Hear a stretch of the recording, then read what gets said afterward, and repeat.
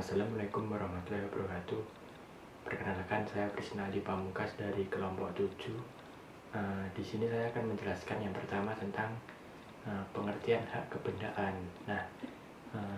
Hak kebendaan merupakan hak yang memberikan kekuasaan secara langsung atas suatu barang yang dapat dipertahankan oleh setiap orang.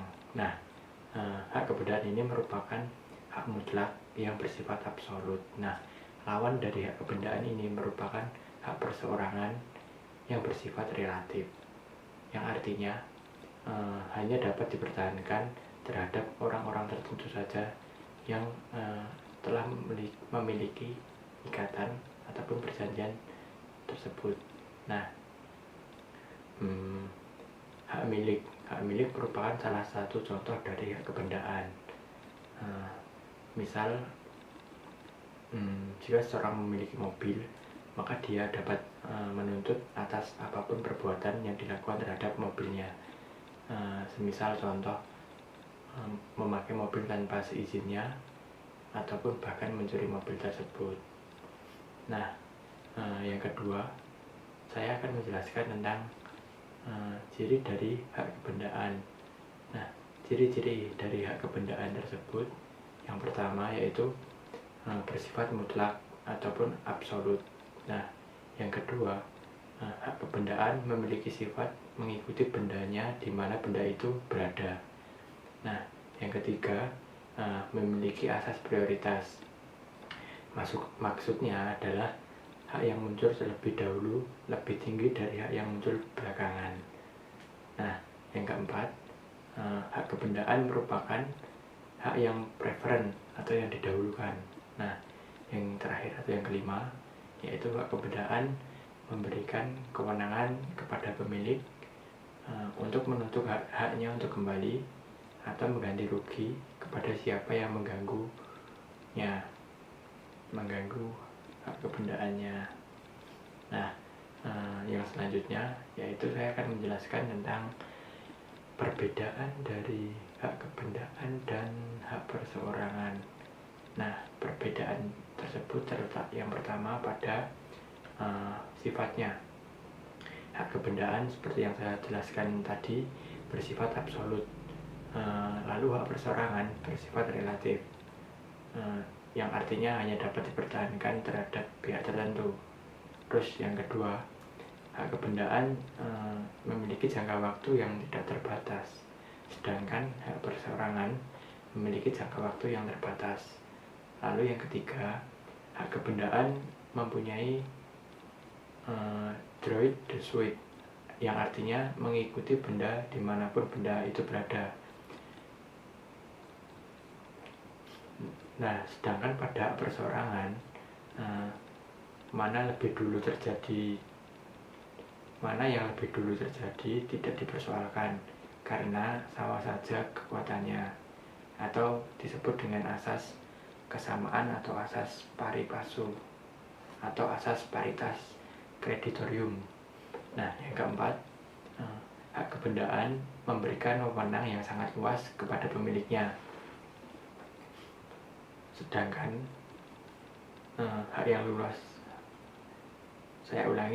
hak kebendaan memberikan wewenang yang sangat luas kepada pemiliknya. Hak ini dapat dijual, dijaminkan, disewakan, atau dapat dipergunakan sendiri. Sedangkan hak perseorangan memberikan wewenang yang terbatas. Pemilik hak perorangan hanya dapat menikmati apa yang menjadi haknya. Hak ini dapat dialihkan dengan persetujuan oleh pemiliknya. Itu penjelasan dari saya. Selanjutnya akan dilanjutkan oleh teman-teman saya.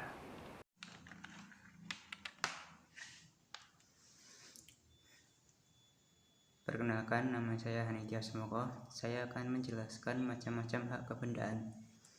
Yang pertama, hak kebendaan yang bersifat memberi kenikmatan.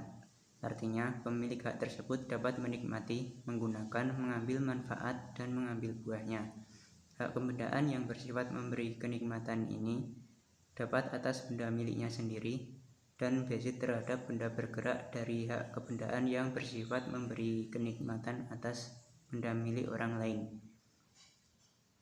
Hak kebendaan ini memiliki 3 sub, yaitu yang pertama hak bezit, hak penguasaan, yang kedua hak milik, dan yang ketiga hak pungut. Yang pertama hak bezit atau hak penguasaan.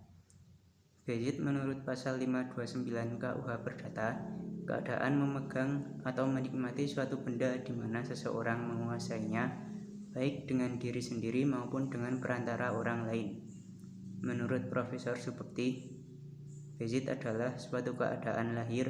Dalam hal ini, seseorang menguasai suatu benda seolah-olah miliknya sendiri dengan keadaan dilindungi oleh hukum, dengan tidak mempermasalahkan hak milik atas benda itu ada pada siapa.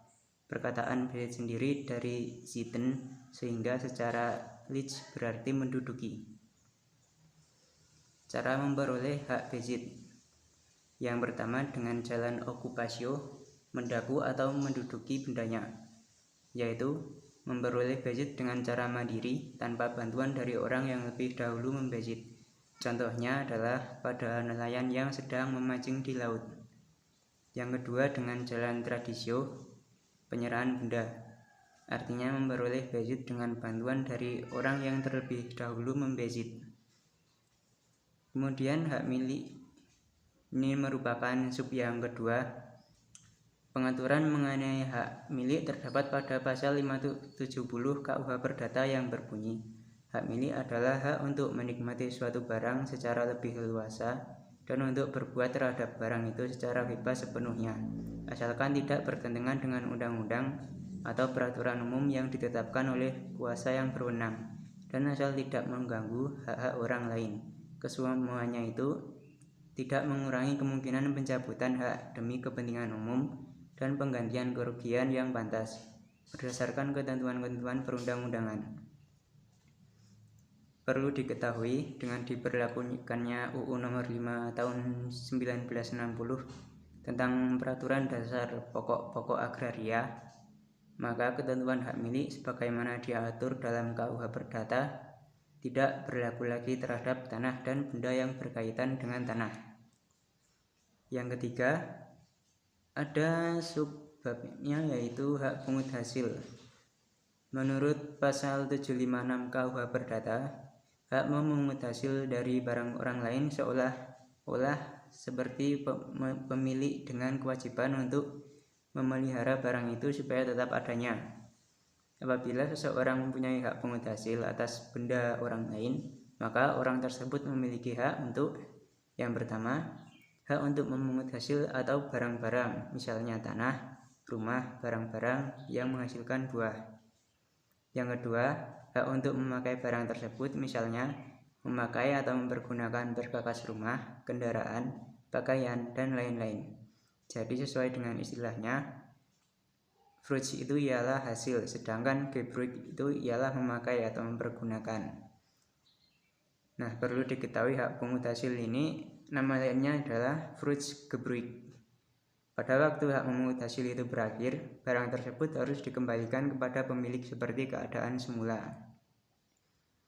Menurut pasal 757 BW, Fruitsgebruik dapat dilakukan atas benda-benda habis dengan ketentuan bahwa pemegang hak harus mengembalikan benda tersebut dalam jumlah yang sama, keadaan yang sama, dan harga yang sama, atau dengan membayar harga pada waktu hak memungut hasil berlaku atau diadakan. Namun, hak itu atas benda-benda yang dapat habis ini dipandang sebagai Fruitsgebruik yang tidak sesungguhnya atau oneigenlich Fruitsgebruik. Fruitsgebruik juga dapat dilakukan atas benda tidak berwujud, misalnya Fruitsgebruik atas piutang yang hasilnya berupa sejumlah bunga. Hal ini diatur dalam pasal 763 BW. Terjadinya hak memungut hasil bisa jadi karena ada titel berupa perjanjian, penghibahan, dan surat wasiat. Kemudian yang B, hak kebendaan yang bersifat memberi jaminan. Di sini ada 4 macam. Yang pertama hak gadai, yang kedua hak hipotek, yang ketiga hak tanggungan, Dan yang terakhir, jaminan fidusia. Hak gadai. Jaminan gadai diatur dalam pasal 1150 sampai 1160 KUH Perdata. Adapun yang dimaksud dengan gadai sebagaimana diatur dalam pasal 1150, gadai adalah suatu hak yang diperoleh berpiutang atas suatu barang bergerak yang diserahkan kepadanya oleh seseorang yang berhutang atau orang lain atas namanya, yang memberikan kekuasaan kepada si berpiutang itu untuk mengambil pelunasan dari barang tersebut secara didahulukan daripada orang-orang yang berpiutang lainnya, kecuali harus didahulukan biaya untuk melelang barang serta biaya yang telah dikeluarkan untuk menyelamatkan barang yang digadaikan tersebut. Berdasarkan hal tersebut dapat disimpulkan sebagai berikut. Yang pertama, objek gadai adalah benda bergerak, baik yang berwujud, misalnya mobil atau motor, maupun yang tidak berwujud, misalnya berupa hak atas saham atau obligasi. Kedua, untuk sahnya gadai barang-barang yang digadaikan harus diserahkan kepada kreditur yang disebut dengan Inbesitzling. Ketiga, memberikan kekuasaan langsung kepada kreditur pemegang gadai untuk mengambil pelunasan terlebih dahulu dari barang yang digadaikan kepadanya. Keempat, hak didahulukan dalam hal pelunasan yang dimiliki oleh seseorang kreditur baru muncul setelah dikeluarkannya biaya-biaya untuk menyelamatkan barang yang digadaikan apabila biaya-biaya tersebut ada. Yang kedua, hak hipotek. Ketentuan hipotek diatur dalam pasal 1162 sampai dengan pasal 1232 KUH Perdata. Sejak berlakunya UU Nomor 4 Tahun 1996 tentang hak tanggungan atas tanah beserta benda-benda yang berkaitan dengan tanah, maka hipotek atas tanah dan benda-benda yang berkaitan dengan tanah tersebut tidak berlaku lagi. Selanjutnya, hipotek yang berlaku hanya terhadap pesawat terbang dan helikopter berdasarkan UU Nomor 15 Tahun 1992 tentang penerbangan dan kapal laut berdasarkan Pasal 314 KUH Dagang dan UU Nomor 21 Tahun 1992 tentang pelayaran. Pengertian dari hipotek menurut Pasal 1162 KUH Perdata adalah suatu hak kebendaan atas benda-benda tidak bergerak untuk mengambil penggantian daripadanya bagi pelunasan suatu perikatan. Selanjutnya, Pasal 1168 KUH Perdata menyatakan hipotek tidak dapat diletakkan selain oleh siapa yang berkuasa memindah tangankan benda yang dibebani. Sedangkan Pasal 1171 KUH Perdata menyatakan hipotek hanya dapat diberikan dengan suatu akta otentik. Berdasarkan hal tersebut dapat disimpulkan unsur-unsur hipotek sebagai berikut. Yang pertama, harus ada benda yang dijaminkan.